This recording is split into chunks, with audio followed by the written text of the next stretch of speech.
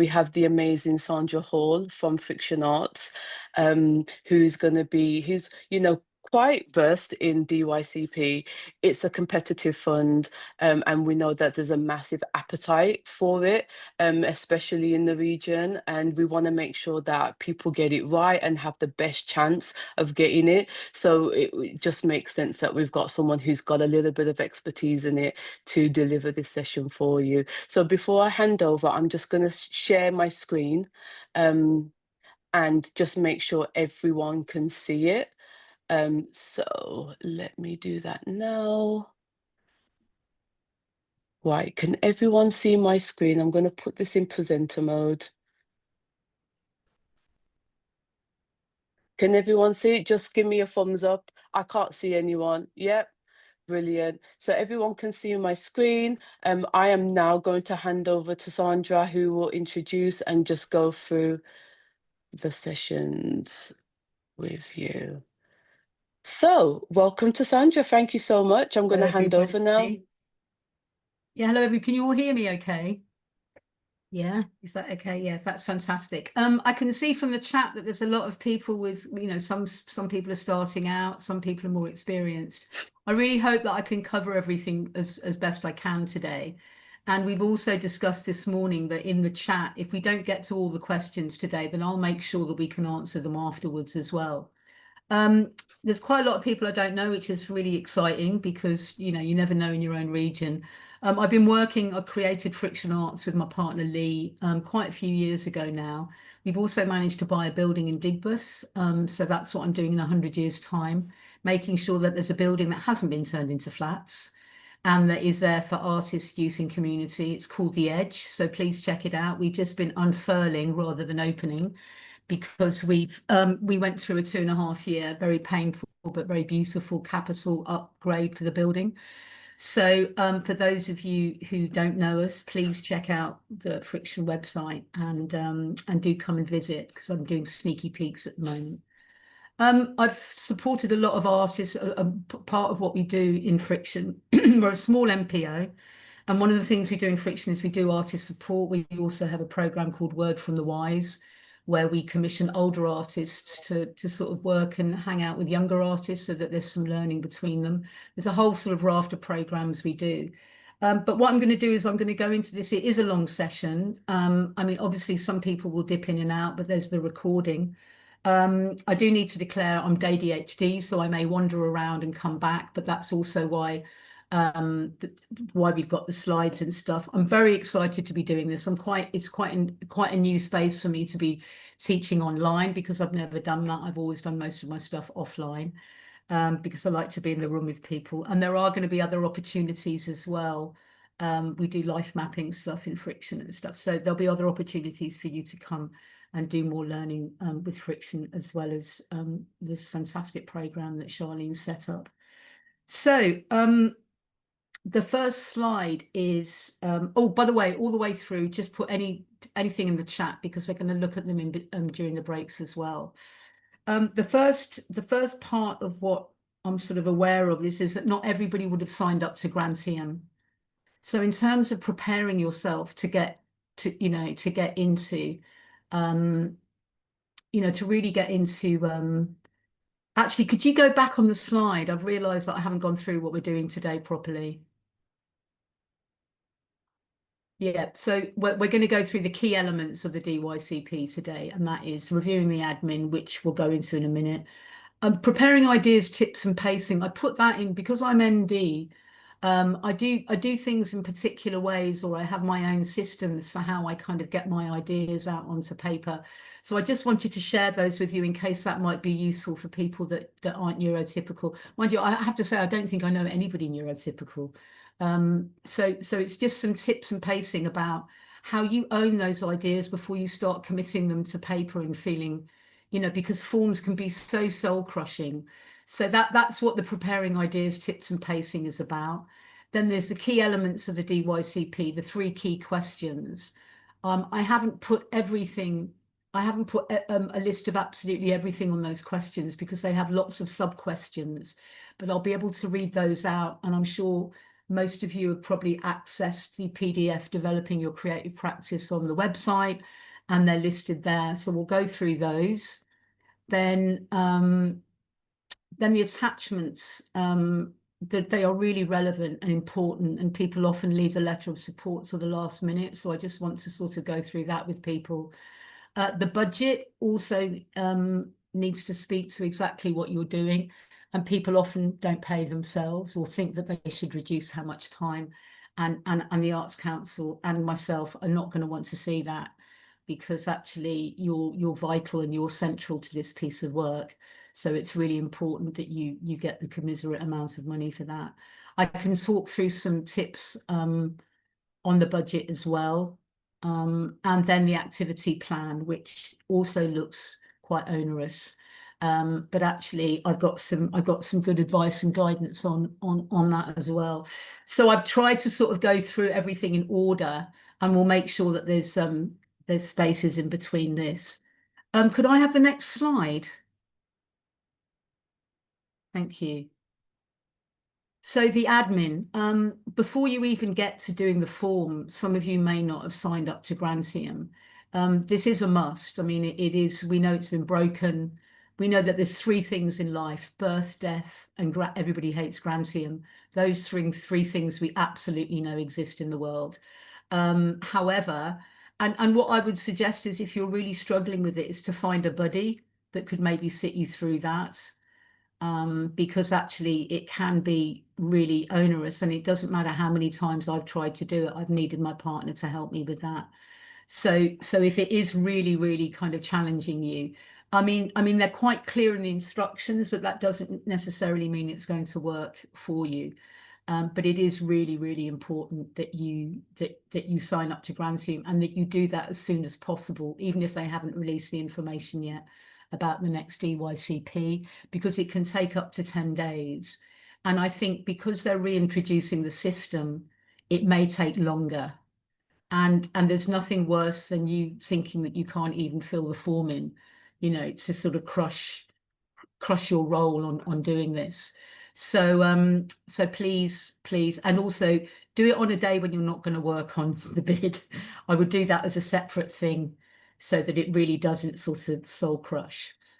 You really need to notice that for those people who have applied, that if you've made two unsuccessful or one unsuccessful application since May 2021, you won't be able to apply for this.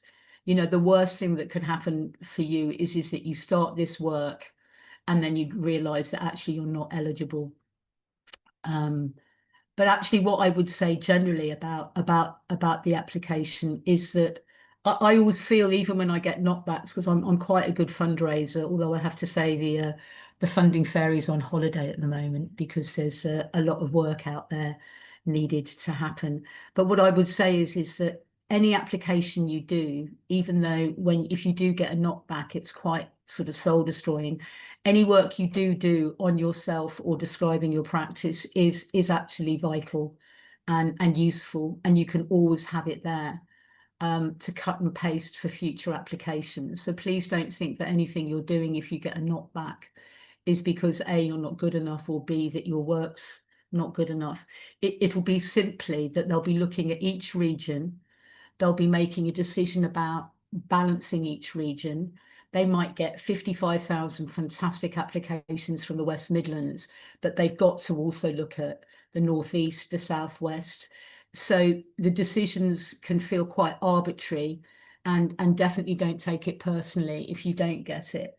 And there will be an opportunity to apply again and refine that work. One of the things I do when I'm about to start an application, because sometimes, not so much with the DYCP, but with other applications, you start from the top and start filling in the questions. And sometimes you've answered a question that's 5 questions down. So I try and get everything onto an A4 as a crib sheet, because that way you're not kind of bouncing back and forward from your screen, and that you just got them all in one place, and you know that when they ask you about your creative practice, you haven't bled into going, and actually I want to learn with this person, because that's actually a separate question. And I know, and also you know, it's just good to have it there as a crib sheet printed off, so that you can make sure that you're doing things in the sequence that you need to do them. You know, because some people might want to, I mean, I tend to start with just writing a whole load of notes and then start to look if the budget reaches that. But everybody approaches their applications in different ways. I think you need to identify really early if you need access support as well, and what that might look like and who that might be, because you need to know whether they're going to be available for your project, whether they're interested. You know, is this, if you're if I mean, I know there's no access needs today, but if you're a deaf artist, you know, how does extra time with a signer, how's that stacking up financially? And also you can get access to support to actually write the bid as well. I think that's up to £600, or it used to be. I don't know if that's changed. But again, you would want to identify that person as soon as you can in order to approach them about your timeline and when you might be able to see them. Um, I think that's enough for that one. Yeah, yeah. And again, any questions about that in the chat, just pop that in the chat. So some of you are declared neurodiverse, some of you aren't sure probably, and all of us as artists are pretty not tuned into doing applications because they're sort of wired for different minds, I think. So one of the things I always do before I sort of start committing to the homework, as it feels, is I just do a spider diagram of everything I want to achieve. You know, so if I was going for DYCP, I'd be going, I want to go back to Kenya. I want to do some more work around my drama practice. I want to, you know, just get all your dreams down. Because actually, if you do that and you can see it, for me, I have to see everything on one piece of paper. So I would do this on a really large piece of paper. Obviously, if you're a sound artist, you might want to sketch some things or make some recordings. It really depends on your practice. But I would really encourage you to treat it as a piece of work that belongs to you before you then commit it and start carving it up. Because I think that just sets a really good philosophical tone for yourself about because you know you're entering into a kind of contract with writing this, and that can feel really scary actually for some people. And well, it still does for me, even when I kind of, you know, even when I have to get into the right headspace to write a bid, and it's really important to do that. I need the table cleared. I need all my digital stuff off. I need to make sure that there's no pop-ups on my screen. And also I'm really good at 2 in the morning. You know, I prefer to do it when the rest of the world's asleep. I prefer to be doing stuff at midnight, if I'm honest. Some people are really good first thing in the morning. It's really about finding, you know, really finding that space that's you and your practice. And if you put that at the center of the work, then you won't feel, I think you won't feel as crushed by the whole process as you could be, you know, because it is, you know, DYCP's also increased in volume of demands over the years than it used to be, you know, particularly with there's sort of 2 questions around how are you helping Let's Create and all sorts of things. You know, anyway, I need to retain my professionalism around Arts Council, so I'm going to. But I do think, you know, there's a lot of work to do. So if you start that session that's yours, and then really look at the diary and carve out time, because you'll give yourself X amount of hours, and you'll actually need at least triple those. And I really mean that, because sometimes you'll hit a block. Sometimes you'll have repeated yourself. So I think it's just really important that you download all of what you'd like to achieve in this project, and you own that first, and then start to look at where that diary is and start to make it. And as you do that map, you'll start listing who you need to speak to, who's going to provide you with a letter of support. You might have 3 or 4 people you're thinking about asking. Who's the person that might support you with access? Who's your, you know, do you need a buddy for certain things? Because there might be 2 or 3 of you going for this at the same time, where you could actually meet together and do that. So I hope that's useful. I think it's just important that you find a way to really own own this project before you start committing to paper. How are we doing for time? We're okay. Good, great. So what can I apply for? And they've done a really good and thorough list here. So if you've done your map, then you can start going, okay, that could be part of creating new work. So if I've written, I want to work with a director or a dramaturge to try, or I want to go and learn about Michael Chekhov, because I'm a theatre maker, or I want to go to a conference in Leeds, about liminal music or something, then you can look down here and go, oh, okay, or I want to spend 2 days in a studio with an experimental filmmaker. Oh, right, that's experimenting with new collaborators or partners. That's building new networks. And you don't have to tick all of these. They are not going to go through your application and go, they haven't put creating new work in, or they haven't done building networks. But actually, you'll realize from your own mapping and your own ideas that actually you're going to be hitting a lot of these already. And I think it's good if you start with your own ideas and then you say, okay, that's professional development and stuff. And then you can start mapping these. And be bold. If you do want to travel, I mean, I would say for instance, if there's a really good conference on, or a series of workshops. The South Bank used to do some, as a theatre maker, the South Bank used to do these fantastic sort of, practical workshops. Well, if they're on, then maybe there's somebody in London you want to meet so that you could actually, maximize the time of your time in London to go down and also visit, go to the theatre. If you're a theatre maker, go and see some music. So if there is something you want to do, they're gonna for both yourself and your budget, it would really make sense that, okay, January 2026, I want to go to Paris because there's this extraordinary exhibition on, and I think I need to be there, and I can meet a filmmaker, and I can do 3 other things because the DYCP have supported me in that. And number one, that's really good for you because you're getting a really rich variety of things that you can do. For them, it means that you're really thinking smartly about the budget. And I think that will go a long way to them, understanding that you really mean this and that you've thought about the project intrinsically to make sure that you can get the most from the opportunity. So I'm just going to check the chat and just see if there's been any questions so far. No. Can I just have a sense check that this is all making sense to people? Is it useful so far? Yeah, good. No, I just really wanted to thank you. Gosh, loads of thumbs. No, I'm really pleased. And I think the building new networks, I think that, thank you.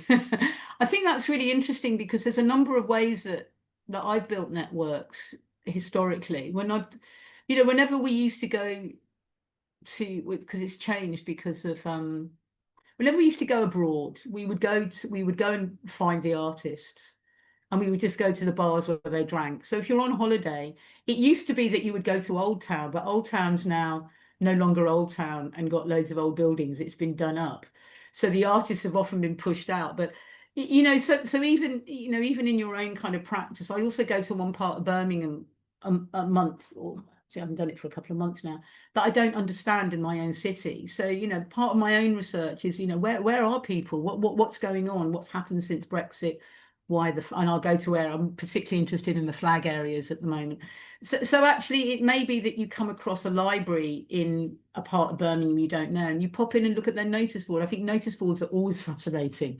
If you're going to a second-hand shop in somewhere that you've gone on holiday, there'll be a notice board, So I think building networks isn't just necessarily going online and finding, oh, there's a theatre network there's a music network there, and also ask other people, and this will become relevant as well when we talk about your own practice. It's Brummie's a humble you know, and you're going to have to shout about how great you are, you know, and it's okay to do that. And then you can ask a friend to tell you what you do. Well, we'll get into that in a minute. But back to the building networks. I think, you know, as you know, because building a network, you know, there's three things that are really hard for sole practitioners. Where's the family? Where's your networks? The business side of things, because college doesn't give you any of that, or uni. They just leave you to go off the cliff after 3 years. And also, you know, where do you get to really sort of understand your practice, you know? So for me, building networks is also about finding people in unusual places. You know, it might be that there's a film showing on by local artists. Well, if you go to that, First Fridays are really good for those of you who don't know that. I'm very proud to say that Friction started First Friday 11 years ago, because all we could see was people going, you know, my art's better than yours, and everybody was overworking and over delivering. So we were like, well, why don't we all just share spaces on one Friday of the month? It comes from a Chicago model. And actually, that is a good place to go and see people and to meet people, because it's not just visual arts. There's lots of, you know, theatre makers, and there's also music as well. So and also going to a conference, you know, half of going to a conference is not just going to see the speakers. It's finding out if people still smoke and vape and where they stand. It's looking through the delegate list and doing a bit of a check before you go to the conference, and then targeting somebody you want to find. But when you do find them and you do talk to people, don't just talk about yourself. Ask them, you know, I always say to people, you know, what keeps you here? What keeps you doing these things? Because actually they don't necessarily, particularly if they're quite a senior person, they don't necessarily want an info dump from you about you and your practice. So if you are going to approach somebody, then really find a kind of, you know, thanks, you know, thanks for meeting me for 5 minutes, or so I think that building your network can actually work in lots and lots of different ways as well. You know, one of the things you've got to be careful about creating new work is that you're not making a new piece of work using DYCP. They will know really quickly in the application, because otherwise you should be going for a project grant, and you might be ready for a project grant. You know, you might do your map and your kind of prelim tips that I've given you. You might do that and then go, actually, I'm ready for an application here. In which case, most of what I'm talking through could still map over to a project grant application anyway. Experimenting with new collaborators. I've helped people with DYCP be successful. There was an artist, actually, I don't think I've got, I'm not going to say who she is, but she was exploring African Caribbean. Oh God. Oh, what happens at Christmas? It's the you know, the pantomime, actually African Caribbean pantomime, which, you know, most of us don't even knew that existed. And I said, well, what do you want? She said, well, I want to explore. And I said, well, are you going to go to Jamaica? And she went, no. And I went, why not? You know, because that's where it is. That, you know, you need to go and find practitioners that are doing that. Somebody, you need to look up somebody that's got the that knows about the archive. You know, where's the archive kept? Maybe that's the city you go to. And she got it, and she went to Jamaica, and she developed a piece of work around. So it's also, you know, it's okay to do international travel. And again, if you're doing international travel, then also make sure that you're doing 2 or 3 other things with that fare, because that will be seen as lower risk, and also it's great. You know, you've gone somewhere that far, so you know you should do that and stuff.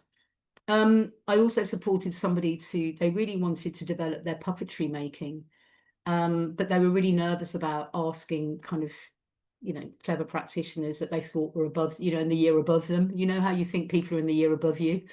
I don't know why my hand's up. I don't know how that happened. I'm just going to put lower hand. And actually, I think if you're approaching somebody to do some work with them, be really clear what the offer is. And I say this to socially engaged practitioners as well. When you're working in community, or you just really be clear about that. Don't get them to do the problem solving for you. So I would like to work with you for 3 days. I would like to achieve X, Y, and Z. I'm really happy to come to your area because they might be in the north of England or in Scotland. I've got this much to offer you in a fee. And I'm really excited about the potential to do this. I have space in October, November, February. You know, could I have a phone call with you or a Zoom about this? So really be clear when you're asking anybody for support or to be part of this project, really. And it's also for you to say, you know, the first session may be an exploratory and we may change the direction of the work, you know, because you don't necessarily really know what might happen. But if you give people a framework, they're going to be much more interested in working with you because you're going in with a problem solved. And you're also being really clear about the money. Always be clear about the money. Honestly, money and reputation and identity can really scupper things. You know, if you say you're going to pay someone, then you need to pay them.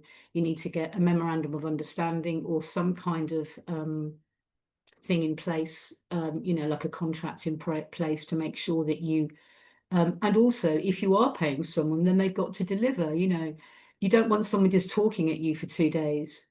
You know, so you want to put in what's called KPIs into that. You would want to put in, you know, key performance targets that we spent 5 hours building a puppet, you know, if that's what you wanted to do, or we spent, you know, 5 hours taking you know, taking a new direction or trying some physical theatre that I've never tried before.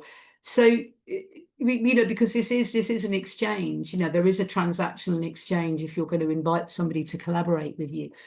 And it is really nerve-wracking asking somebody in the year above to do that, but often they love the fact that you've asked them because we all feel fairly isolated.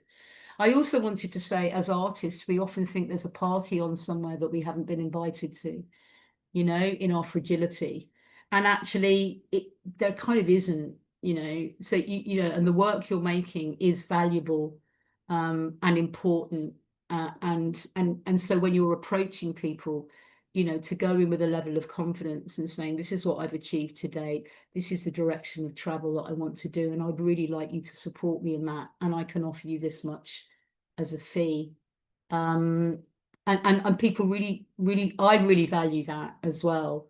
When somebody asks for my help, that they're really clear about what they want. We very rarely take on student placements simply because I don't have capacity.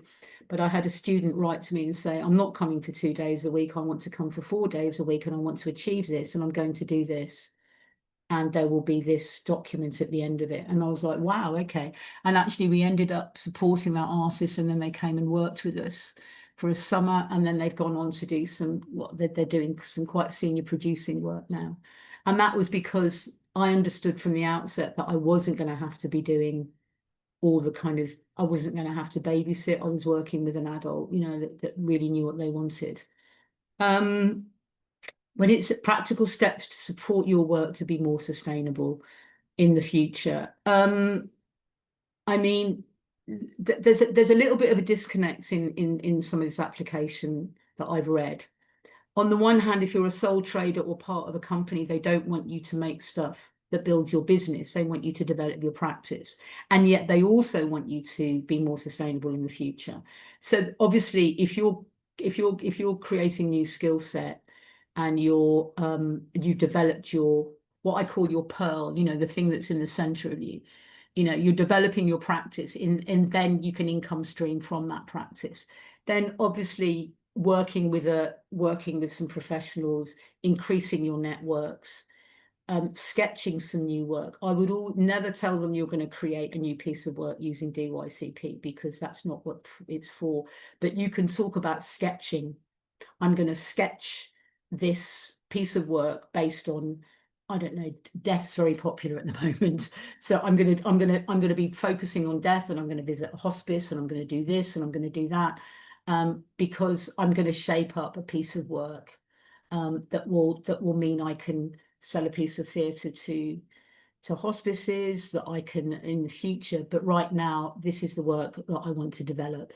So it's good to look long term into the future and share that with the Arts Council, but really make sure all the way through that you don't in any way sort of say I'm going to make a piece of work, you know, in any way polished for this at all. I can just see a message from Melissa around, if you have applied twice for other Arts Council grants and have been refused, can you still apply for this one? Yes, you can, as long as it's not a DYCP. I think you can have as many. The other thing I would say to people, just as an FYI, is that if you've applied for a project grant and you've been rejected, um, kind of put it back in, maybe adjust it according to the feedback and put it back in, because I've done that quite a few times and then they've sort of approved it. So, if the feedback's positive and they're just looking for some tweaks, then put it back in again. But yeah, good, great. We got that answered, Melissa. That's great. Brilliant. Are we all back from our comfort breaks then? It's 10:42, so we're bang on time. So, yep, Perfect. I'll start sharing again. We can Thank do a you. bit. There's another um question. Oh, yep. So I've applied for DYCP in 2 rounds ago and want to make sure I get it right this time, but I'm not really sure where I get it wrong last time. Yeah, I mean, I think, I think that feedback, I don't know if you get feedback, do you, Sandra, for I don't think you get a lot of feedback from and they do a lot of that generic stuff is not as strong as some of the other applications. So also, I mean, there's all I can say is no. Roshi, I'm really sorry as well that you've had that. Feedback's very vague. I think it could just be because there's so many people in one region. I mean, we really don't know actually at all. Is it So possible to just have a quick 5 minute chat about it, just because I've got to leave at 11 and I appreciate it's quite a general question, but maybe I could come back to you for some feedback on it.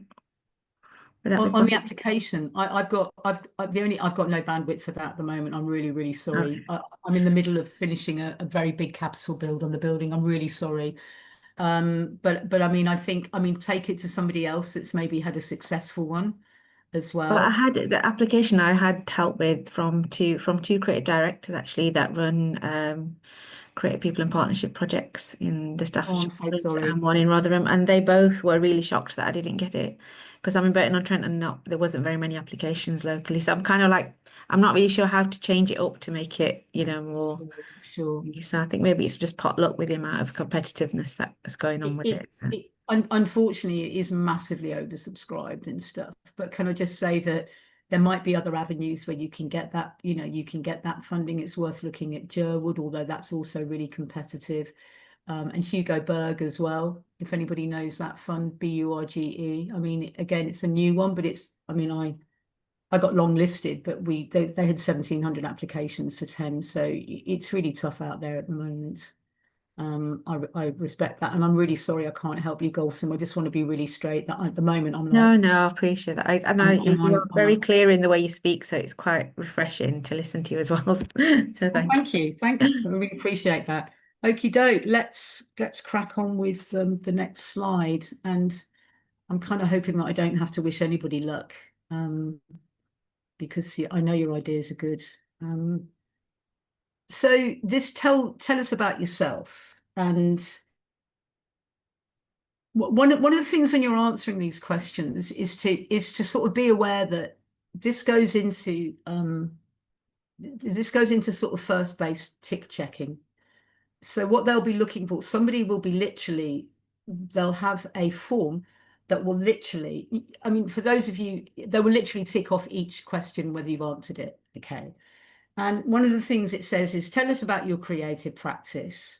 And then it says, think about the main focus of your artistic and cultural creative activities, your main creative achievements to date, for example, exhibitions, productions, and publications, any important commissions you've received, important pieces of work you've completed, if you've worked with any established creative or cultural partners, any information relevant to your track record, and whether you've shown that you are ready to benefit from a development opportunity. Those are the kind of sub-questions within the DYCP. I didn't put them all here because you can all access the PDF that will go through this. What I would say is literally answer each one of those questions in sequence. Just literally do that, because somebody in what they call the hive in Manchester will just be sitting and going through that before it goes to another layer of selection.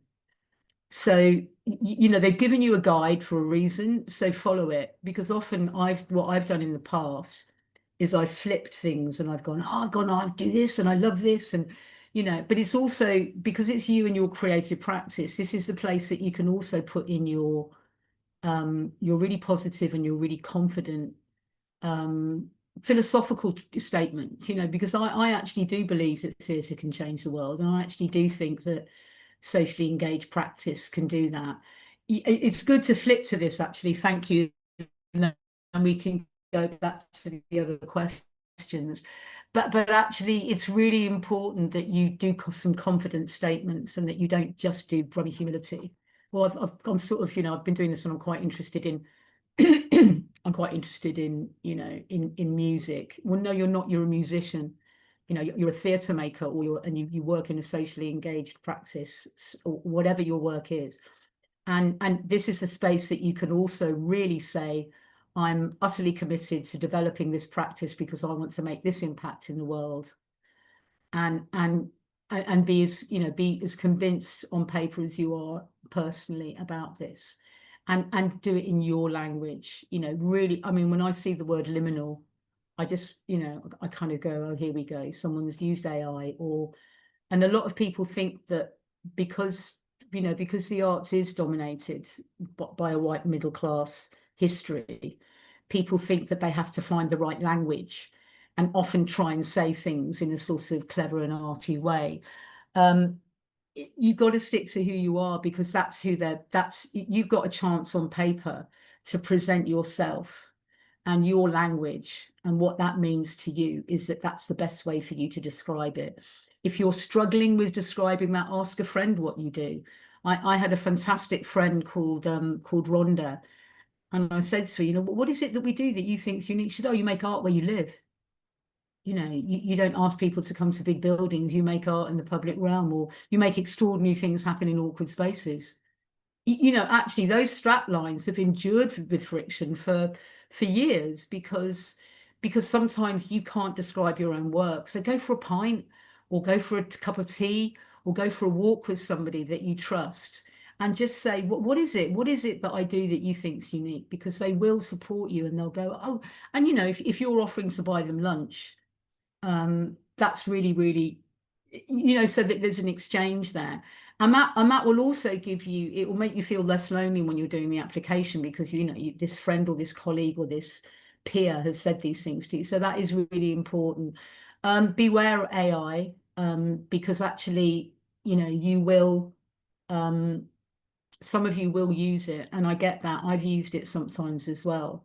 I've used it when I've just splurged a writing, and then I need it to help me order the thinking, but only use it for that. You need to go in and pull it apart then, and put your own language in, because they will know. I mean, it's really kind of it'll get harder to spot AI, but at the moment it's quite easy to spot it.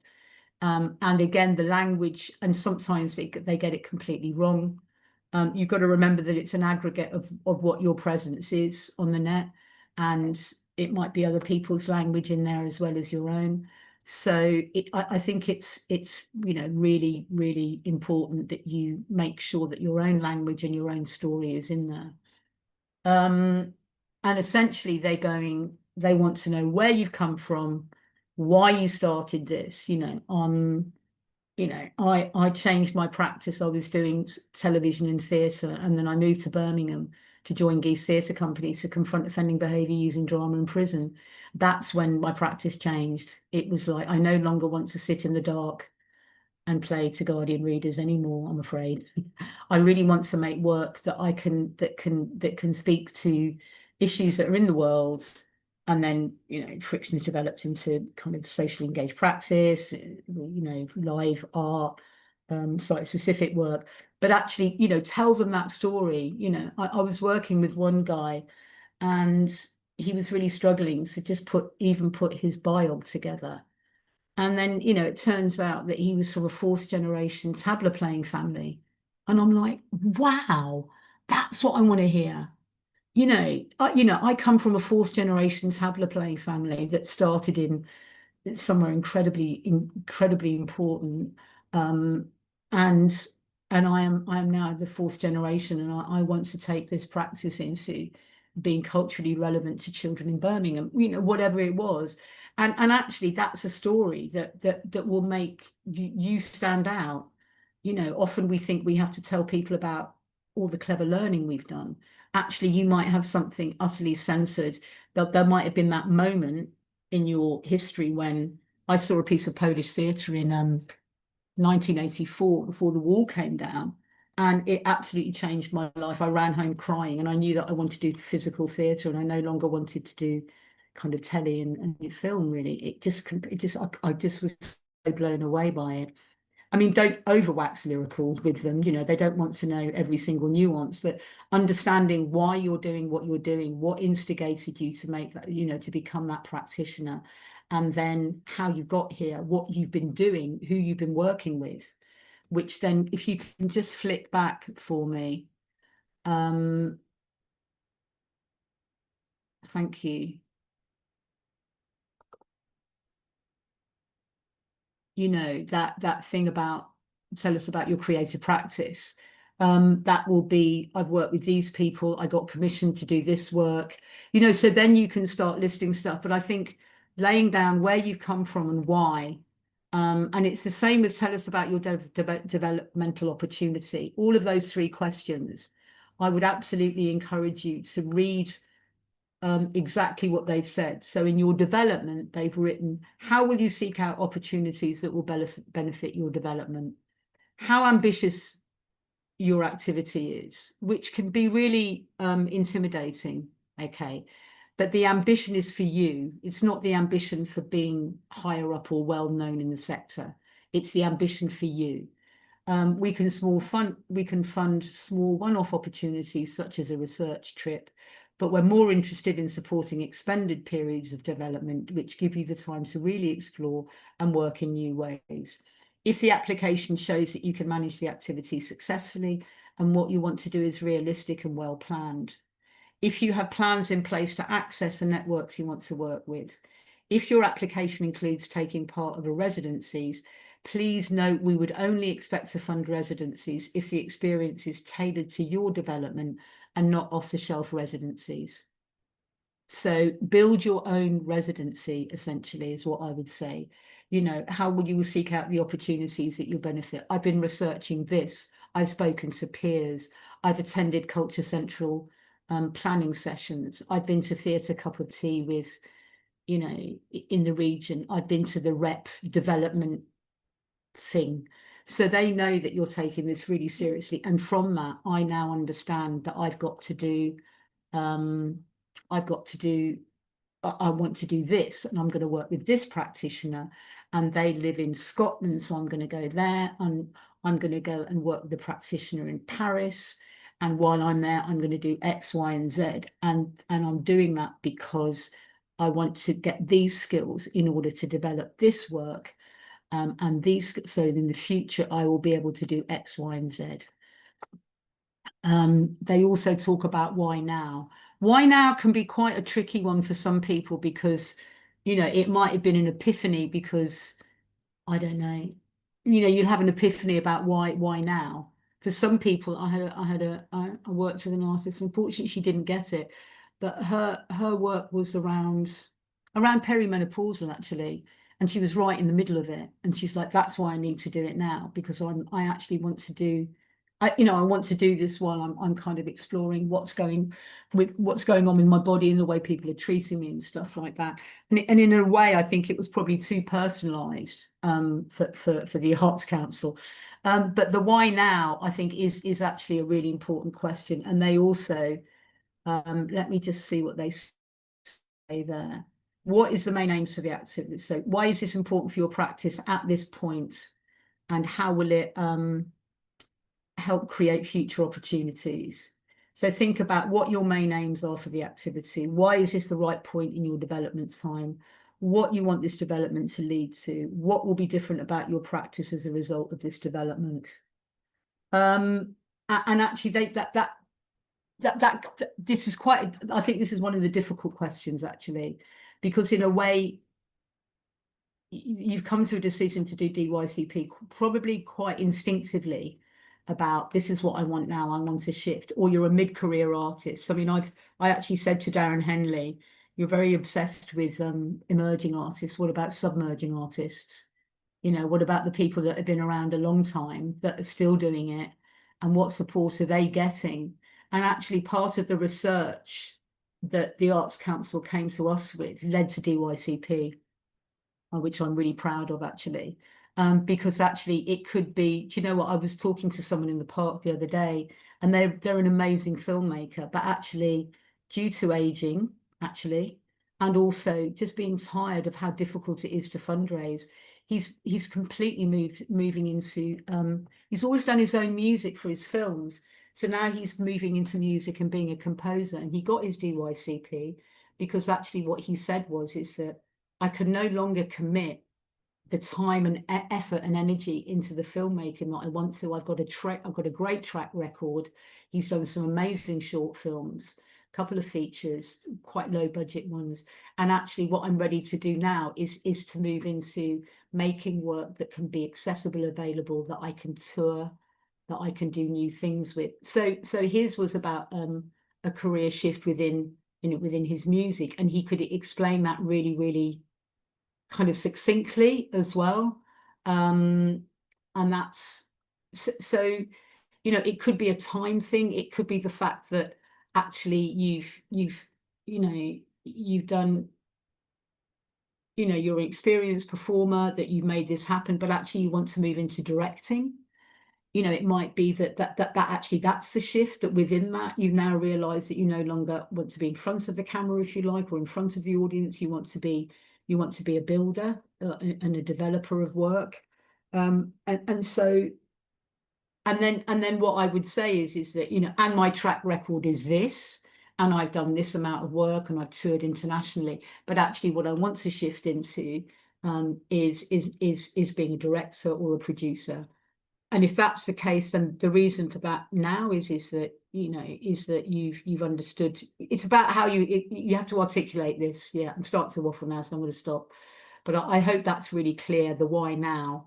And again, I think if you are talking to somebody, you've got a buddy in there, then actually ask them, why do you think now? Because people are so good at observing other people and being able to name that, particularly if they know you very well and love you. So I would do that. Then you got these two what I consider quite awkward and generic kind of ACE questions around you know, you've got, where is it? Your development. I'm just looking, because I'm looking at, I've got the DYCP on another screen here. I've got the 44-page PDF here. Public engagements. So they will ask you a question that says, if you receive a grant to develop your creative practice, how will this benefit the public, either now or in the future? Pick as many as you feel are relevant to your development activity. Making work to present show to the public, reaching new audiences through exploring new ways of working, developing networks to increase opportunities to present work. So I was working with an artist who was really, really passionate about animation. And he said, well, how do I get work into the public realm? I said, well, you tell me. So, you know, have a think about how you could get animation into the public realm in a new way that's exciting, that could be site specific. So what he did was he pasted up 10 different images of a dancer kind of making a dance, but he pasted 10 of these on a walk from Birmingham to Coventry. So he was pasting them onto kind of, you know, notice boards, pavements, you name it. And then he photographed them. So he made this really crazy animation that was kind of like public realm. And then he was projecting onto buildings. Now, I'm not saying that you have to please the Arts Council here, but because he stretched his practice, he kind of because he loves animation, but he wanted a wider audience for it. And he felt that he was kind of a bit of an intermission clown for Adidas, You know, he'd done a lot of corporate work, but he wanted to make work that felt relevant. So you know, you can also have a really good think about, well, actually, what would be a new audience for my work? How can I access them? Would it be in a library? Would it be on the street? Would it be, you know, so somebody else I was working with in France, they really wanted to sort of show their local community that everybody thought was just, you know, some awful place where violence happened. So they ended up, I said, well, where can you, and they said, I really want to show my photographs of local people. And I said, well, why did, so we talked about it, and they ended up making 5-meter images and then rolling them out of people's windows and actually rigging them, and having this outdoor exhibition, you know, because sometimes when I've worked with an incredible photographer called Van Lee Burke, you know, for him, the gallery is the death knell of the work, because it's often a white gaze and it's literally white walls. You know, that's not the greatest place for him. So when I was working with him and we were working on a piece, we chose the corridor in the Hippodrome where the most expensive seats are, so that as you came out of the toilet, you met these incredible women that Van had taken photographs of. So often the places that you finally show work can be part of the work as well. So it's not just that I want galleries to take my work. If galleries aren't interested in your work, or we can't find ways into them, because I think when you're a painter, sometimes a photographer, your bandwidth is narrowed because you can't necessarily show your work as widely as other people, or it's not ephemeral. But it might be that there's, you know, that there's other ways and other places that you can show that work, you know, with kind of integrity and ethic, you know, because if, you know, like I said, you know, the gallery can be, you know, the final destination for work could be a graveyard. You know, it could be a white wall gallery. For some people that does work, for some people that doesn't. So where else could it happen? You know, I've done stuff in the windows of shops. I've done a lot of shop work where we just commandeered their, you know, blagged them basically to give us their window. We actually took a piece of work into the mailbox called Heard and Not Seen, which was about faith, religion, and spirituality. And actually, people just sort of popped in. Do you know what I mean? So you know, and actually there are a lot of empty shops at the moment, actually. So you know, in terms of where that work might land, or in terms of being in public, because you know the Arts Council around public engagement and Let's Create. If you haven't read Let's Create, I would kind of maybe add that to your admin list before you start this, because that's also our outcomes question as well. It basically says our 10-year strategy, Let's Create, has 3 outcomes. Tell us which of these outcomes you think your development activity will contribute to. Creative people, everyone can develop and express creativity through their life. Cultural communities, villages, towns, and cities thrive through a collaborative approach to culture. A creative and cultural England. England's cultural sector is innovative, collaborative, and international. Now, that looks really woolly, and it actually is, but actually underneath that, they want to know whether your DYCP is going to engage people to make work with you or inspire your work. That's pretty much what creative people, everyone can develop and express creativity throughout their life. Are you taking people on a journey with you rather than them being, so are they participants rather than observers? Cultural communities, are you doing something in non-traditional venues? Are you looking to expand, you know, cultural communities, villages, towns, and cities thrive through a collaborative approach to culture? Have you spoken to somebody at the library and at the local arts centre about making a piece of work that happens in the foyer or outside the building? Or, you know, who are the partners that you might speak to in the future about making that happen? And a creative and cultural country in England's cultural sector is innovative, collaborative, and international. I think that's the place where you want to make a piece of work for a new audience that's kind of in more of a traditional distribution space. So if you want to say, you know, I want to make something at the I think Melissa's just asked about Let's Create. It's a document that you'll find on the Arts Council website. Lee got hold of one and put mayhem at the bottom of it and sent it to the Arts Council. So Let's Create, indeed. So if you wanted to say, you know, because if the destination for the piece of work that you're building DYCP for eventually, and it's okay to want to work in a theatre space, you know, it's okay to want to have an exhibition or a music, you know, to make a piece of work that then is shared with your growing audience. And I think that's probably where you would put a creative and cultural country. England's creative sector is innovative, collaborative, and international, because you would want to get that work into international distribution spaces or whatever. So that public engagement and our outcomes, I would suggest that you leave that right until the last minute. Not the last minute, I mean leave that last on your list of one of the things to do, because actually the rest of the bid will speak to those quite naturally by the time that you've answered all of those questions. So if we could just move to the next slide.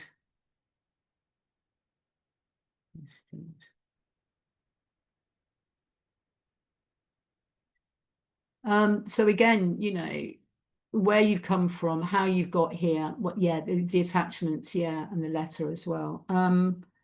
So actually, if you just flip back, Charlene, sorry, I just wanted to do a summary on that as well.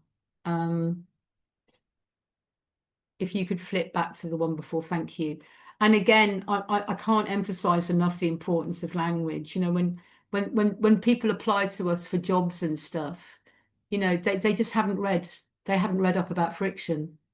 You know, they just haven't. Sorry, could you go back to the next slide? I'm sorry, Charlene, I'm not being clear. I beg your pardon.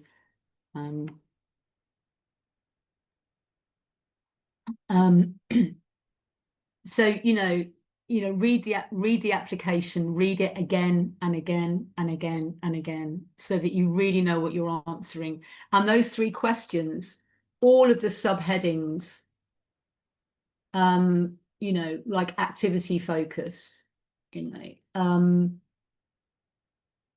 you know what you're really doing with this, you know, really answer the question, and particularly the 3 questions around your work, telling about yourself, your development. Literally answer each of those subheadings, because somebody will be sitting before it goes to committee and deciding whether that even gets through to the next round of selections. I can't emphasize enough the importance of your own language and stuff as well. We could go to the next slide.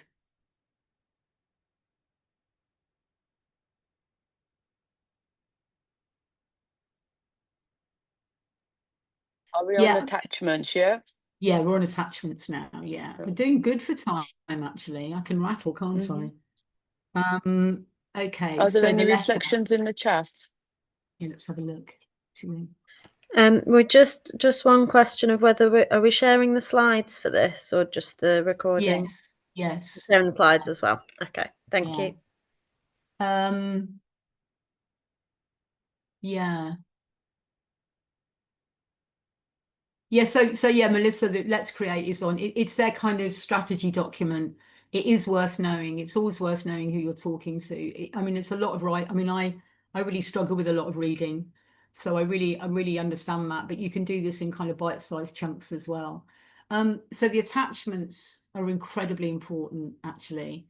And often what happens, and this was very much in conversation with Charlene, that she identified this as well, that people often leave the letter till last, and then they ask somebody that they think strategic and might look good on paper, but doesn't necessarily know their work, you know, and it's an uncomfortable. I get asked, and if I don't know that person's work and I haven't seen or heard some of their work, I can't do it, because my rules are I need to have seen at least 2 pieces of your work or 3 pieces of your work.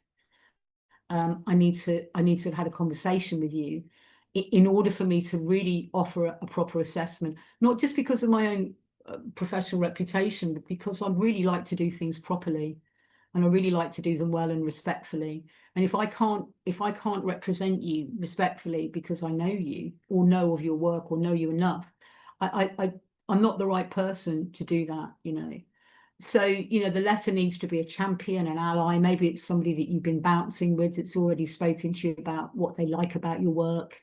And again, again, with approaching people to be your mentor or to be your skills development person, really, really lay out what you're doing. And, you know, when I get offered a lunch or a tea with a cake, or going to Damascena for cake and coffee, I'm absolutely there because they've really thought about it and they're respecting my time, you know, and that's why I can't look at anybody's bids at the moment, because at the moment we've still got a lot of building work to do at the edge, and I have to fundraise for that, and I've got 4 projects on. So it's not that I don't want to support, but there has to be, you know, any kind of skill swap has to be, you know, I'm always looking for reciprocation. So, you know, find that person, but ask them really early on, because the amount of times I get asked 4 days before a DYCP is going in, and then they're like, oh, I'll write it for you. And it's like, yeah, but actually it needs to be my language and it needs to be my expression for you. And then I'm going to take my time on it. You know, I don't take less than an hour on writing a letter for a DYCP, because I want to, and I have to see the draft of what they've written, because I want to be able to talk to what you said. I want to learn. I want to develop my practice, because you know, I mean, I've been supporting someone with a DYCP. They didn't get it, unfortunately. They knew they weren't ready. But you know, my letter was about, you know, this is a really timely piece of work. They want to leave teaching. They want to get back into drama. They're, you know, they've had this track record of really amazing work. I've been supporting them while they've been doing their MA. So I've reconnected with them. We've been doing some sketching, and they want to do a really relevant piece of work around menopause and Black women. And absolutely, I think she should absolutely be getting the support to do this, because that's not discussed fully. I mean, menopause generally isn't discussed fully. And so I could make that letter so relevant and actually really speak to the person at the Arts Council about why now, you know. So I really do encourage you to, and again, if you're scared of asking someone in the year above, you'll be surprised, you know, that they absolutely do want to support you, and offer them a really, really fantastic piece of cake and a coffee, you know, and they'll make the space, or they'll tell you they can't, you know. So yeah, the letter is really important. Also the attachments, you know, if you're moving from being, so this friend of mine who's moving from being a filmmaker to making a piece of music, he doesn't do a link to a film he made. He does a link to a new piece of music he's making, you know, and the person that supported him to do that was this composer and that composer, and you know, so that they can already see that you're putting the building blocks in. Make sure that what you're adding in is relevant. I supported one person, and they'd sent a link to an hour's video without going watch between minute 12 and minute 13. The Arts Council are not going to sit and go through an hour's video, you know. So if you're going to link a big video to them, tell them which section to look at, and tell them why that piece of work is really relevant, you know, because actually, you know, say for instance, I've got a really beautiful video of a piece of work that we made called Yard Talk. And right in the middle of it, we created reggae bingo. So we had this toaster shouting out 5151, 1 I and I, you know, 17. And it was this kind of African Caribbean reggae bingo that we brought loads of Irish elders to. Well, that's my favorite piece of the video. And that talks about our social engagement, because it has an overshot of our community in our building having lunch together and people playing bingo with this reggae soundtrack. And that for me showed how we do culturally relevant working class heritage. You know, I didn't send them a picture of a map that I'd explored in the library.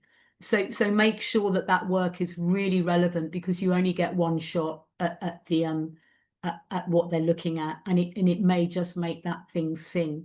You know, if it's a piece of work because you're a performer, then do the most dramatic, you know, do this kind of section. They won't really be looking, I don't think. I mean, I have no proof of this, so please don't quote me on this, but I don't think they'll be looking at anything for more than 3 minutes max, you know, if I'm honest. And yeah, and make sure that you get the letter writer to be somebody that's bought in and that really writes the letter. I really, really, really encourage that. Amber, I'm not sure where you are. I can't see you. Hello, yes, I'm Yeah, here. one of the things I would say is that if you know you've been doing all the right things, you've been getting training, and I know it's not cheap either.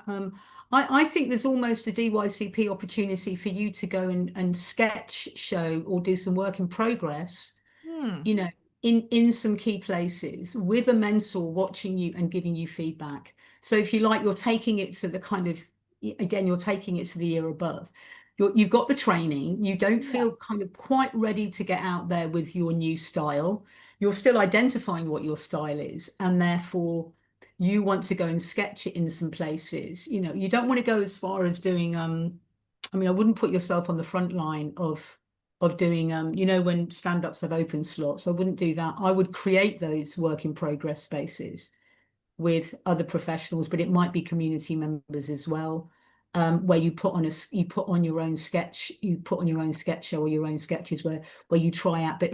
But I think in terms of DYCP, because they don't want to see you making a new piece of work that's been, you know, professionally shared yet, you really need to make sure that they know it's a work in progress, that people aren't paying to see it, and that you've got a mentor that's kind of coming in to give you in-house, because there's nothing like doing work in front of an audience. You know, that's really important. So I mean, I would say that. When you say you've worked for with Told by an Idiot, is that training, or is that actually being employed by them? Being employed. So I did a show with them just over a year ago now at Birmingham Rep. But it was very much kind of a show that was a bit of a development opportunity. So Got it you. was a collaboration project between Told by an Idiot and Open Theatre. And it was only a week long. So it was very much, we were in the rehearsal room and just experimenting and playing. And then the final showing was less of a show, it was more of a showcase. But it was paid work. So I was doing that as a professional performer. Well, that's great. Then just dial the volume button up on the fact that you were employed by them. Don't tell them it was only a week, you know. Yeah. Actually, you know, and just really just give them the highlights that that's happening. You're being recognized for what you're doing, but you actually want to continue to build your distinction of your own style, you know, and then Hmm. and you want to sketch in such a way. I mean, they do things with Creative Scotland that I really wish they did down here for Edinburgh, where you can do work in progress and then show it to a group of producers and things like that. So it'll be worth checking what China Plate's doing in terms of supporting that kind of work at the moment as well, certainly in the region. I hope Okay. that's useful. That's all really, really helpful. Thank you so much, Sandra, because I think Pleasure. I'd gone to other meetings and I'd just sort of gone into a bit of a panic because I had this idea in mind. And then a lot of other people have been saying, oh, you need to be doing new skills. And I thought, well, surely they're going to see that I already have these skills. But I think you're so right about the work in progress is absolutely, yeah, the way to And you target know, it. maybe try some street work, you know, I mean, you know, if you feel Yeah, brave enough, you know, because actually they're going to be interested in public realm work anyway. I mean, I'm also very personally interested in public realm work, but it might also be that, you know, I mean, we used to do a lot of work at raves. I mean, I know that that's quite a challenge, you know, but I mean, I'm just think of different places that it could be, you could do some tryout stuff that you build yourself with, you know, with a kind of good group of people. Hmm. And do check us out, and because I'm going to be putting stuff out. Friction's going to be running a DIY program because artists want to learn from each other as well.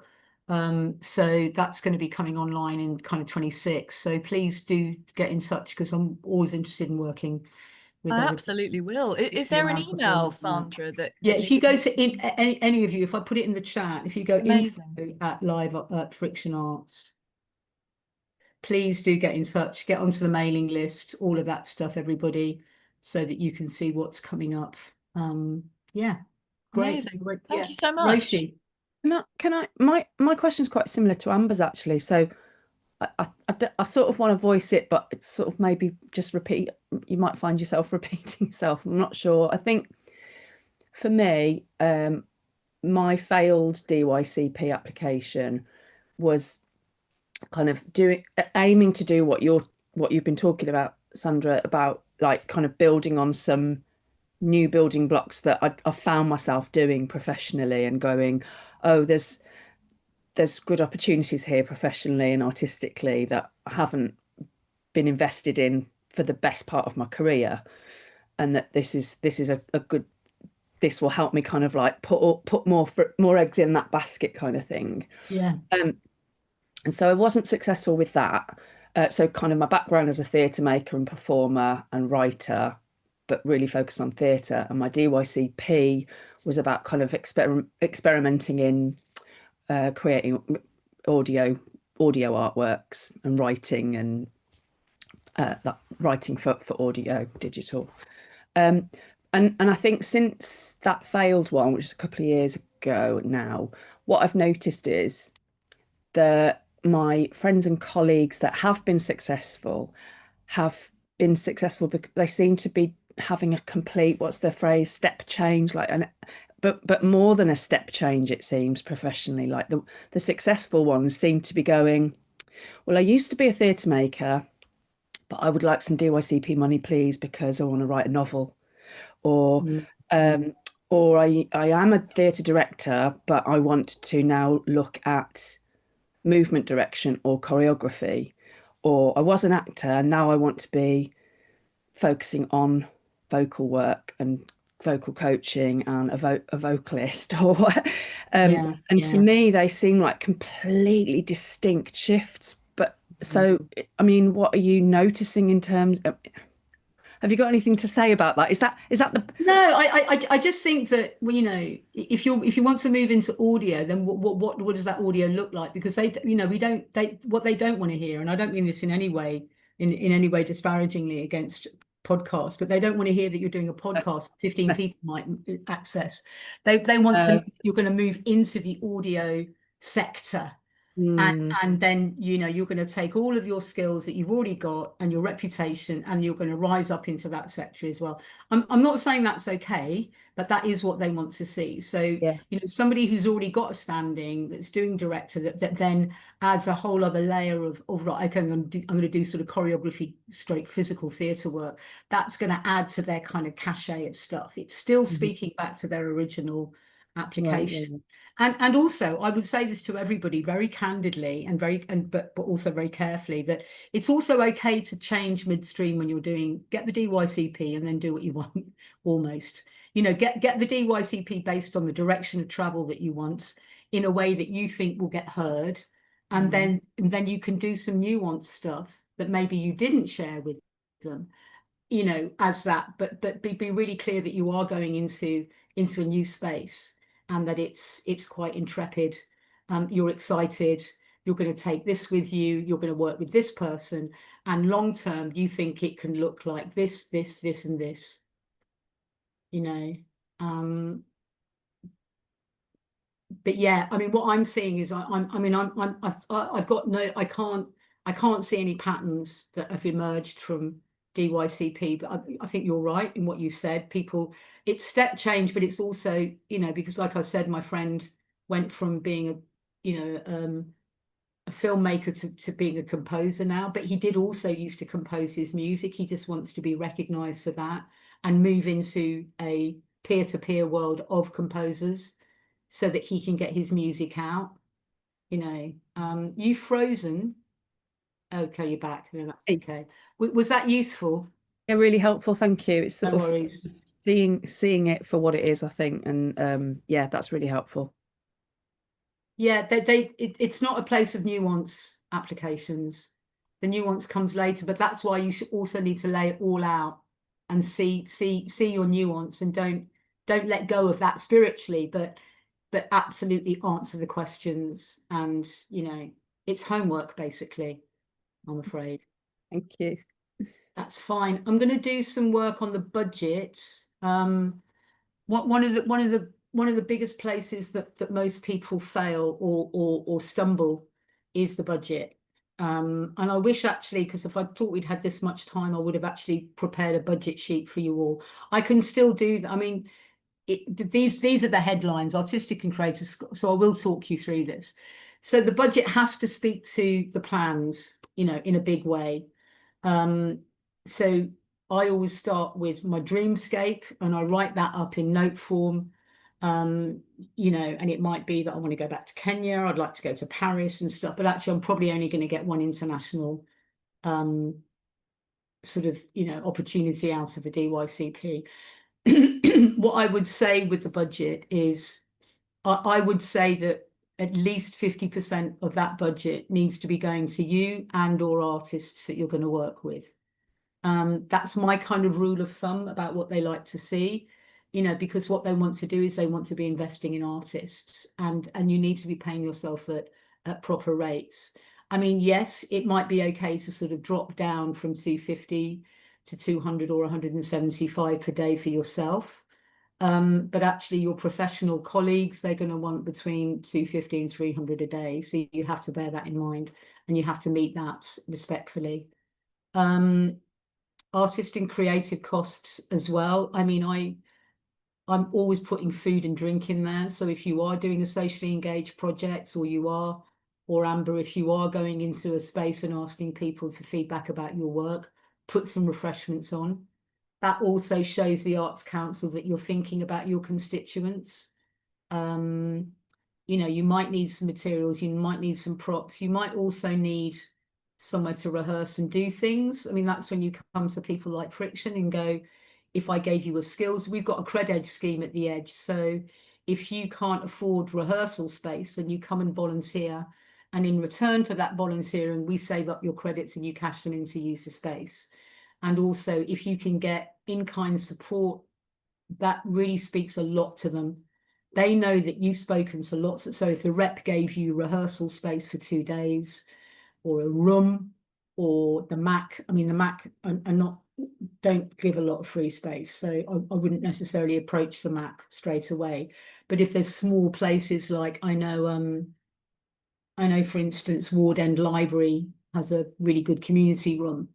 You know, if you were getting some in-kind support from places like that, or indeed ourselves, then that looks really favourably, because that means that I would only have you in a space if I was rubber stamping some good work, if you know what I mean. There's also, you know, Stan's Cafe as well. They've got really good space as well. So getting a bit of in-kind support or cheaper space hire, I think that's somewhere you can save on your budget. And it also, because a budget is also its own narrative. So for instance, when I'm putting a big budget together, I'll talk about my volunteer costs, and I'm going to feed people, and I'm going to pay their fares. I'm going to do access costs for people to make sure they can come. I'm going to put on food because I think it's really important. I'm going to do DBSs for all my volunteers because I really care about them and I'm prepared to pay for that. And then what I'm telling the Arts Council is I give a damn about the people I'm working with, that I've thought about who I need to be part of this project. So when we get onto timeline, then all of this will be built in there as well, and it will speak back to the budget. So with your artistic and creative costs, I'll answer you in a bit, Anne. Okay. So with the budget and the artistic and creative costs, that's, you know, overheads. I don't know why they put overheads in there, actually, because they're saying you can't apply as a company, and yet, you know, it might be that you do a bit of printing. You know, it might be that you. Yeah, I'm quite confused as to why they put overheads in there, but just read that section really carefully anyway. It might be because you might work in a co-working space or something like that, and you might have. That's true. Yeah. No, thank you, Charlene. But if you do that, it has to be focused on you as an individual practitioner, not you. You know, if you've got a small company, like if I was applying for this and I was putting in overheads for Friction, that wouldn't work. So be aware of that's not telling the wrong story. You know, assets, you know, you might want to get that Moog synthesizer or that piece of equipment, but you really, really have to explain to them that that's going to be a key piece of kit for a long time. You know, don't go for a laptop, you know, that they're not going to, that's not going to kind of, what I think what they would really love to see is that you're spending the money on going to a fantastic networking conference that's going to really, really sing. And it could be that in the future you want to be speaking at that conference because you respect it so much. They want to see that you're paying other professionals well to move your project on. So Amber would ask somebody maybe from Told by an Idiot to come back and view their work because you've already built a relationship with them. And that would speak volumes to them, because then you're continuing the network and the knowledge and the relationship with Told by an Idiot, who are, one of the kind of best regarded physical theatre companies in the country. All of that stuff, when it says other and artistic creative costs, I do consider putting food on for people as a creative cost. I know I keep banging on about food, but it is part of our practice. It's part of the way that we make people comfortable, feel safe, and have really important conversations. It might be that you need some materials because you're a maker. You might want to be making something new, or like I've got a colleague who had a sort of stitch.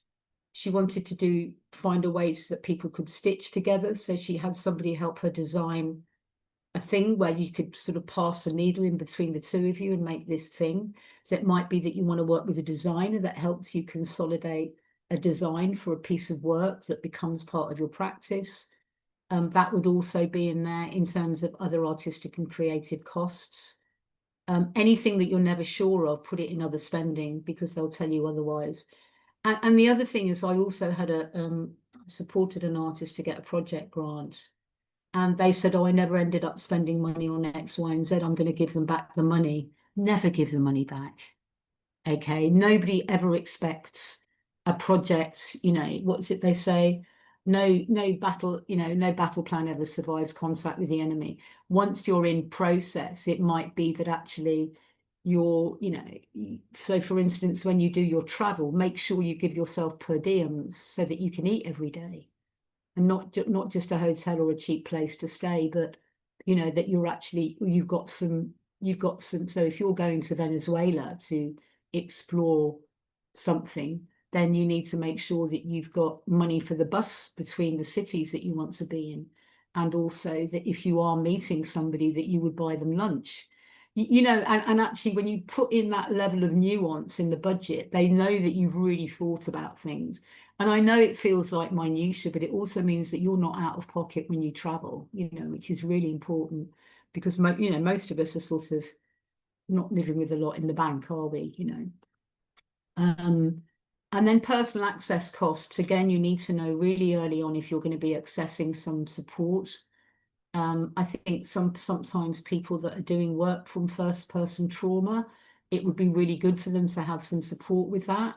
I think the work will often be really profound and important to share, but also you need to protect and look after yourself. So you might want some, counselling that goes along with that, and also travel. If you have a physical disability, but also, you might need somebody on the end of a phone twice a day because you haven't got a physical disability or ND. I mean, this morning, Charlene sent me a link. I didn't see it. I just went straight down the bottom of the, because I was panicking, and looked at something else and clicked on that. And I literally hadn't seen it. So it may be that you want somebody just to proofread some stuff for you. It might be a small access need, but, identify that, because if that supports you to feel safe and make the best work you can, then do it, And again, if you get into that level of nuance, they know that you really care about this project. The three things they care about is their money at risk? Can they put their logo on something that's really going to make a difference or be profound? And will you see it through? They want to minimize the risk. And that's why the budget and the activity plan will really set in stone your three questions. That they really will. And in kind also shows them that you build partnerships, and that's part of your network, that you're developing. I think that's really important. I think we can move on. I mean, people can put questions about budget into the chat, and I'm really happy to answer. Okay, like the activity plan. is also incredibly vital. And I've seen activity plans that have got 5 lines in them, and that is not going to cut the mustard with them at all. It is a big piece of homework, but it will also help you center the work. I don't put in any less than 50 lines. Seriously, I blind them with minutiae every time, absolutely, from having a celebration with the team that we were successful, talking to partners, when we're going to meet to get the evaluation plan set up, how we're going to market, how we're going to, getting the first tweet out, finding out whether we can, and that when we can announce publicly that we've achieved this. I literally put all of that in. They ask for key milestones, put everything in. Seriously, I think I've helped people win by having a really, really rigorous activity plan. And often, if you don't have enough in the word count for your 3 questions, this is when you can say, speak to my mentor once a week to discuss X, Y, and Z. Speak to my access worker because I've hit, because I may have 3 days with a trauma counsellor may have, erupted something. Literally talk them through the project. And seriously, I know this feels like even more homework, and it is, but trust me. And also, I know for myself, it really helps center me. And when I go back to that activity plan, when I'm actually doing the projects and go, actually, I need to get this back on track. It can also, and it's also a really good practice for when you put your project grants in as well, and that you really, really, really tell them everything, and then they know exactly what they're doing. They know from week to week, month to month, what they expect to achieve, and also put in milestones. Amber, expect to have had, 2 sessions where I've understood how my writing needs to improve. I mean, literally, there's things that you can use the activity plan to tell them that you possibly run out of words for or characters in the rest of the stuff as well. I can't emphasize enough how I think an activity plan has made such a difference to some of the people I've worked with. And I've gone back and I've interrogated their activity plan, and I said, not enough. So again, it's a real major tip, this one. It really is. And also an evaluation framework. So, they haven't really, unlike the project grants, they haven't really asked a lot about evaluation in DYCP. I would get it in there. You want a peer-to-peer evaluation about the impact that the training's had on you and your work, and in any kind of, real life situation, or that you create a framework with the community that you're working with. Really, and don't just say, I'm going to do some evaluation. Tell them, are you doing an LOG? Are you doing a logic framework? Are you doing a peer-to-peer evaluation? It will be a combination of informal, formal evaluation, including data around how many people said what. And again, I know, really onerous, real soul crusher. But they'll go, you really know what you're doing here. You've really thought about this. And also, big tip, because I've had people that have left writing the timeline up to the last minute. And what happens is, if you start doing the timeline without putting it on an Excel first, you cannot go in and change. So you might go, oh, I should have put in meeting. Oh, I should have, or the dates have changed halfway through the application of when you're going to Paris or whatever. And you can't go in and change that. So do it on an Excel sheet with all of the bits that they're asking for, and then upload that the day before you press submit, because 5 billion other people are also going to be doing all their last minute checks. I particularly in the early days, I missed doing I missed getting applications in, because if you're missing something on the application, it'll come back and tell you. So you're trying to press submit, and it'll go, you haven't filled in your date of birth, and you're going back and it's 10 to 12 and you're going, and you're really freaking yourself out. So please upload at least the morning of the 5 o'clock deadline, you know, at the very latest. If you can do it the day before, I really recommend it, or even before. I mean, you know, I know some people that are far less, you know, because I always want to reread and recheck and re-edit, you know. But if you can do it a week before, then by all means do that. But you've only got a window. You've only got an from when they actually open it to closing it, you've only got a month. So you really want to start the admin now, particularly if you haven't got your Grantian portal. You really want to make sure that you started identifying who your letter writer is, who your access support might be, and you know, and making sure all of that's in place as soon as possible before you start writing this and stuff. But please do a massive activity plan. And really, really go for what you want to do, not what you think you should be doing. You know, although the Arts Council can be parent-like, they're not your mum and dad. You know, this is for you to really do what you want and then sell the story about why it's important now. And as I said, careful of over-promising and over-delivering. When you get back to the budget, you know, it might be you'll have to go back and forward between your narrative and the budget to make sure that it speaks back to the budget all the time. You know, you might want 10 days with the director. Well, that's £2,500. You know, so you're probably not going to get 10 days with the director. So you need to use the time wisely. How many days can you get with them? Would it be better to have 5 half days over a month? Because then that will speak back to your activity plan so they can see that you're not rushing all of the work in massive clumps. So yeah, and please don't name any supporters or in-kind support or an ally on there if you haven't asked them. The amount of times that I've appeared on bids that I didn't agree, that I didn't even know I was appearing on, and it's just reputationally, it's just not on. And the other thing is, like, I do a lot of support letters, and I've also done you know, kind of references and stuff. People never tell me whether they got them or not. They don't follow up. And it's really galling, actually, you know. So even if you didn't get it, you know, you need to write and say, I didn't get it, but thank you so much for your support. I'd still welcome another meeting with you. Maybe there's something else we can do. I'm not going to give up doing this work. I want to scope something out.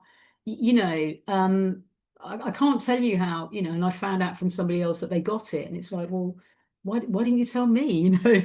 So and it, yeah, if you do want to put someone on as a supporter I mean, I'm really happy to support people if it's appropriate for them and for us. But don't go TBC, you know, I might, you know, because actually it's not good reputationally at all. And it's very tempting because you want to throw everything at a bid to make sure that you stand out. You know, the way you'll stand out is your own language and a really rich program that you're putting together.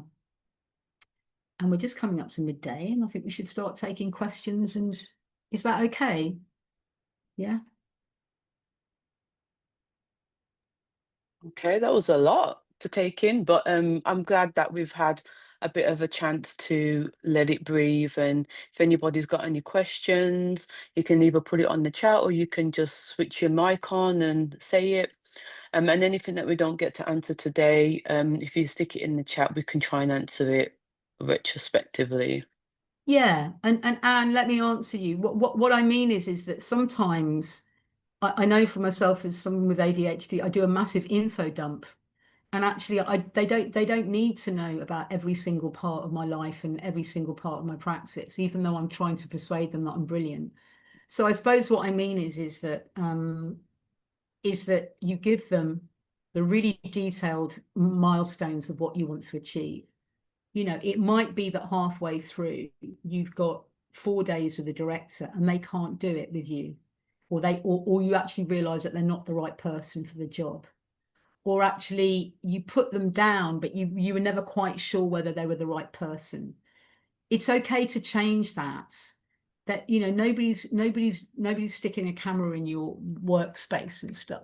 And it, you know, it might also be that you discover that actually that piece of work you started with somebody, it's just not quite landing. So you want to do something different, you know. I mean, I wouldn't say if you've booked to go to somewhere in Venezuela that you would go, actually, I'm going to go to the US instead. I mean, I wouldn't go radical on it.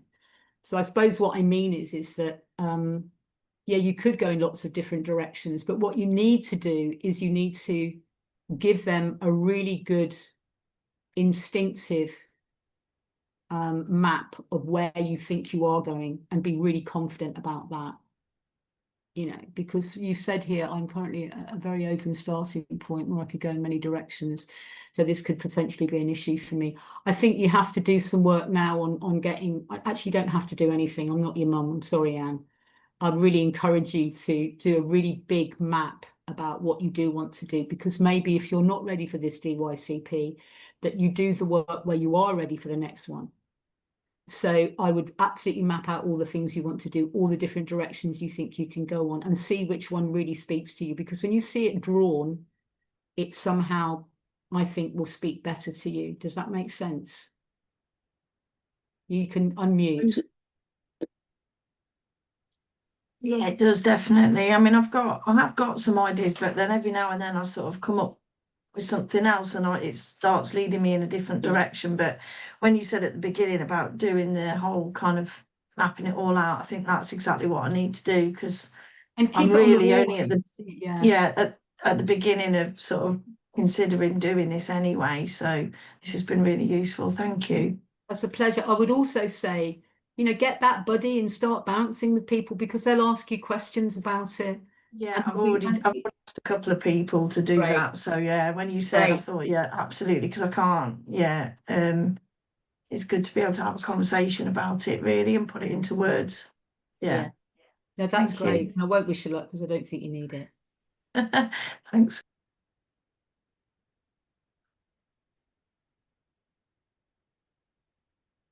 Any other questions? I mean, obviously, don't feel like you have to ask a question.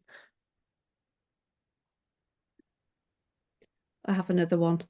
Yeah, go. That's all right.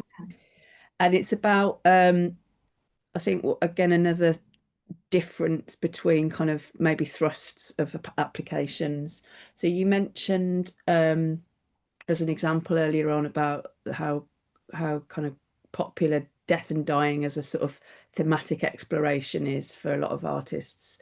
You also mentioned menopause as another kind of thrust of exploration, and I suppose I'm interested in what you think about. Do you think a DYCP has to have a thematic focus as opposed to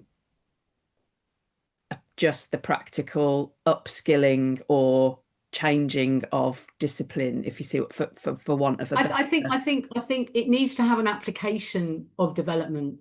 So Yeah. I'm learning this new way of using the saxophone, or I'm learning this new music thing because actually that's not a good example. No, I suppose what I'm saying is that, you know, you want to upskill in audio recording, you want to upskill in writing, because they are going to want to know what you're going to write about and what you're going to share with the Let's Create. So it you know, but you could also kind of build on saying, you know, I will be using first person experience, which includes, you know, experiences of being mixed heritage for some of the artists I've worked with, you know, because actually there isn't a lot of language around mixed heritage women and their experiences.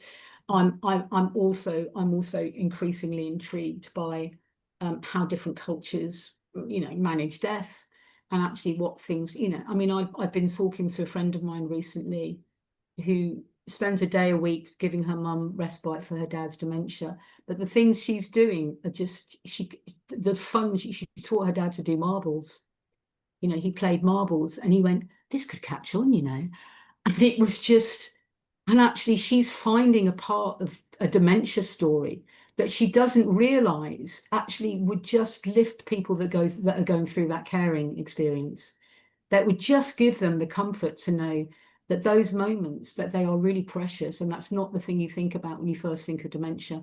So for me, it's not necessarily hitting the big themes. It's going, where's the application of what you've spent time on learning going to, and how is it going to impact your audiences and change the world, or give people an extraordinary experience. And I think they want to see that arc kind of described in a way. That's really helpful. There's another question in the chat saying, does holding a full-time job affect eligibility? No, not at all. But I would dial down on that, Michael. Just, I mean, when I mean dial down on that, I mean, they want to know that you're going to be, because you're going to have to be taking time off work to spend time with people who are working in the evenings and weekends. So I would say that you don't even have to tell them you're in employment, actually. I don't think that's a requirement. Would that have to be reflected in like the time now? So like, for example, if he's taking time off work, that might not necessarily be annual leave, it might be unpaid leave. Would then that have to be reflected in the budget and the cost of that?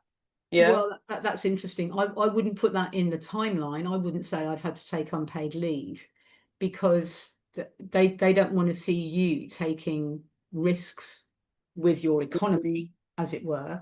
But in terms of the budget, you would still pay yourself. So if you were working every Saturday or half a day every Saturday, that they're not going to interrogate that unless they come back. So I would, there's nothing wrong with having a full-time job and doing a DYCP.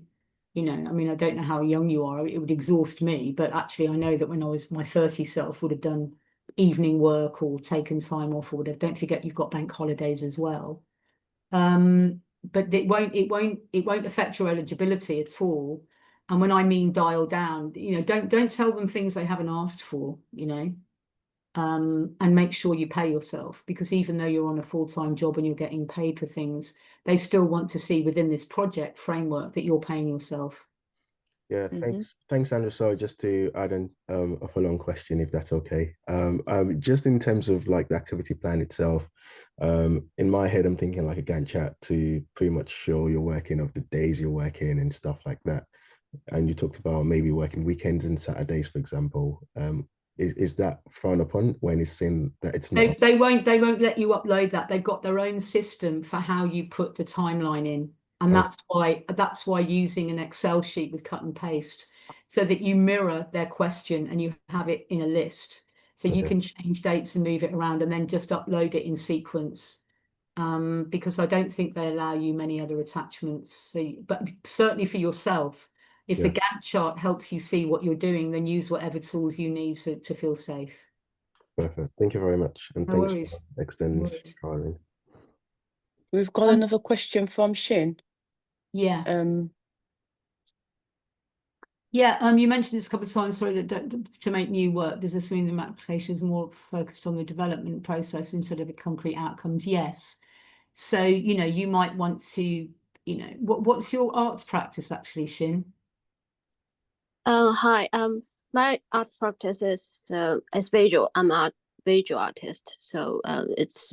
So is that painting or color, or what kind of visual art?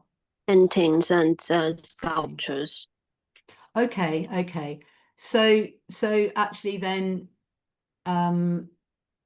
it's not. So what skills are you looking to develop?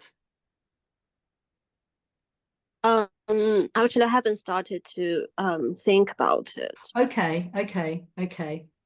But actually that is, they'll want to know that you're building a skill set to do something new.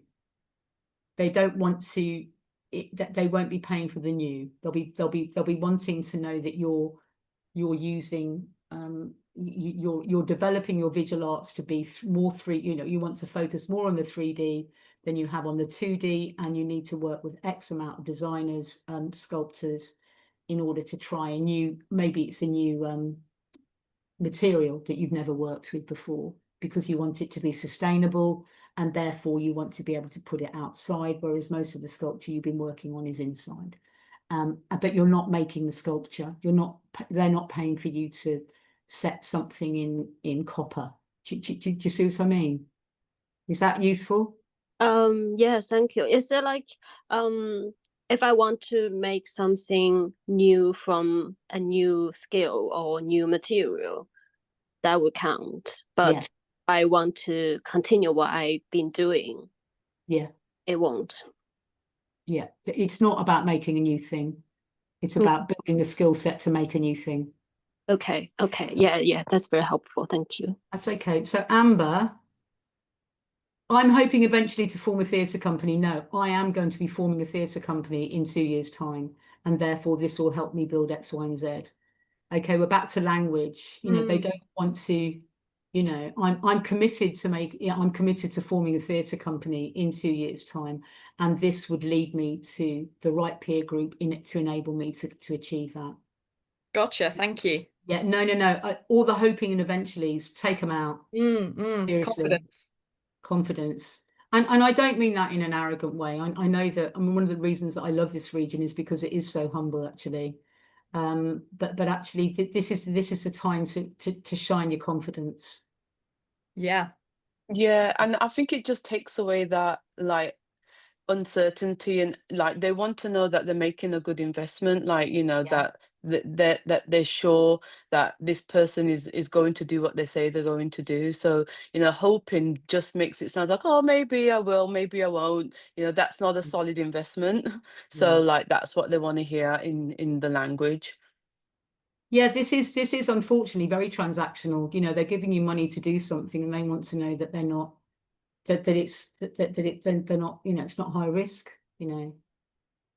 I know it's been a very intense and long session today, but I really hope it's been useful.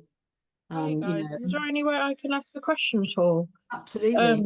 So my art form is quite niche for what I do because I'm a prosthetics, SFX, effects artist, and I actually make custom prosthetics to suit various skin tones, and so skin inclusivity.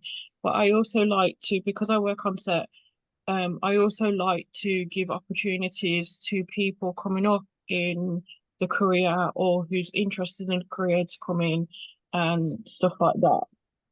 Because when I found I did my degree, I found that my lecturer's knowledge about industry was completely different. So that's why I've opened that kind of bracket.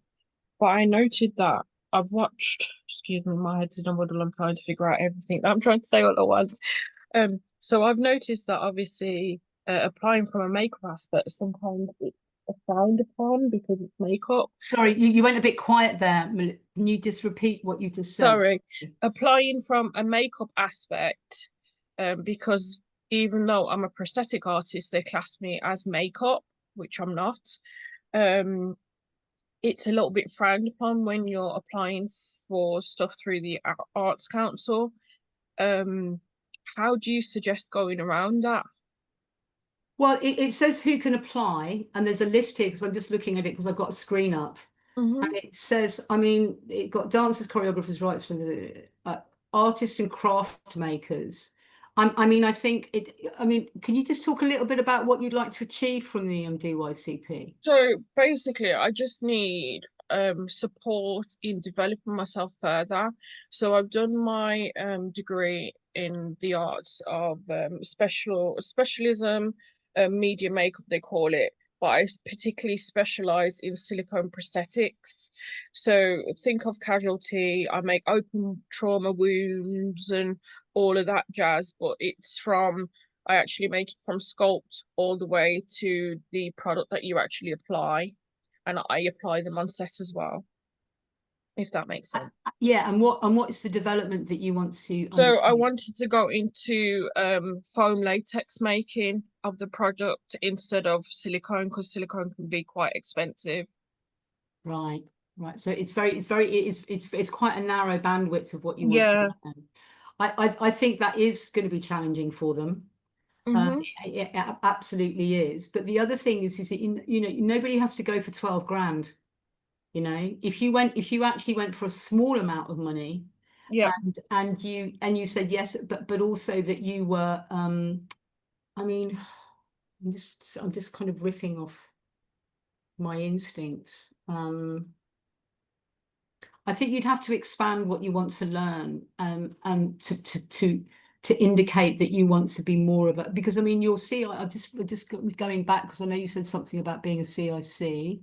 Yeah, I also created a CIC where I actually go and do workshops with 16 to 24-year-olds, particularly in like who's studying at college and university at the moment. And they do Actually, that's productions and stuff. That's the angle. What you want to do is you want to expand your skill set to improve your workshops with young people. Okay, thank you. See what I mean? Yeah. Would you agree with that, Charlene? Yeah, so I think, so basically you want to share your skill set with other people so other people can get into that field. Yeah, Is pretty that much. basically Yeah, what you're yeah, saying? yeah. So yeah, I guess it's you know, yeah, that's the development area, like Yeah, teaching and coaching and then what you would like to do is test that out, because also what you're doing is a really important thing, is that, you know, there is a massive amount of underrepresentation in the film and television industry around all sorts of angles. So what you're also doing is you know, you're planning to go and work with young people that don't even have a foot in the door, you know, and they're probably from the global majorities. So I think if the angle's there, then you can say, in order for me to teach the silicon, I've already got, you know, I need to buy X, Y, and Z.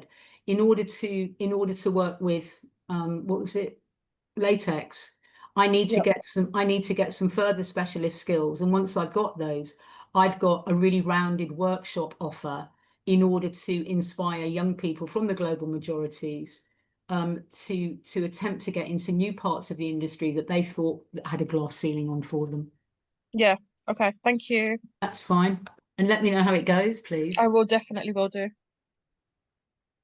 So it's 12:14 and I'm very conscious of eating into people's lunchtime. We wanted to give the session a chance to breathe. So if there are any more questions, now's the time. If not, then we can just do some questions in the chat, or you can send them after. But we wanted to just let you know that the slides will be shared, and we'll send the slides and the Word doc version of this. The recording will be on request, because I suspect it will be quite a large file if you need it for access reasons. So yeah, let me know. But in the meantime, if this session was useful to you, we'd really like to know that. Yaz, are you about just to stick? I think I might have it here. The feedback form. Just to get some feedback. But also, if you do go ahead and apply for DYCP, we'd really love to know what the outcome was. If you watched this and you attended this session and it was useful, whether you were successful or not successful or whatever, it would be really useful to know whether or not these sessions are useful or not. Let me just pull up the feedback form. I've got it here, Charlene. Oh, you've got it. Yeah, just sharing it now. Yeah, that form's in the chat now. Brilliant. And also as well, if you're part of the inclusive network, again, you'll have access to Culture Central, or the team, which is me, me and Yaz, potentially Anthony and Erica as well. If you're part of the inclusive network or you're a member of Culture Central, you can obviously access some support from us as well. You can get in a call or a coffee meeting. And just to let you know what's happening as an opportunity to pick our brains, we have co-working with Culture Central, which is next week Tuesday. That's our next session, and that's at the mailbox spaces. So you can just come and co-work with us, and then again, that's an opportunity to ask us questions, or, you know, pick our brains about anything regarding the sector or your work. Also, we have our Cultural Response Unit, which is an online session. We call it Crew. And the next session, that's online on Zoom. That's all on our event page as well. where this session we're talking about libraries and how the sector can engage more with libraries in the region. But yeah, that's just a quick plug of what we're up to at Culture Central. But yeah, any other questions that you have, Sandra's put an email in the chat. Also go and visit the space. It's so amazing. The Edge over in Digbeth. It's beautiful, fully accessible, just really welcoming and warm. Like I Thank you. definitely recommend you going to do that. But unless there's any burning questions that you want to put in, I just want to give a really big massive thank you for Sandra for doing this. I know this is way out of her comfort zone. She prefers in person. She prefers to host and like, you know, be in person, but like we just thought we'd be able to engage more people across the region if it was online, and just spend a little bit of a longer time as well to just really do some in-depth work. But yeah, thank you so much, Sandra, for doing this. Again, we'll send out all the information. So we've got like 10 minutes back in our diaries, guys, which is all good to me because that's thank you so much. It's been a really, really, really helpful and inspiring session. Like just kind of really good to thank you thinking about it kind of practically, and that means a lot, Roshi. Thank listening you. to your wise words. Thank you so much. Pleasure.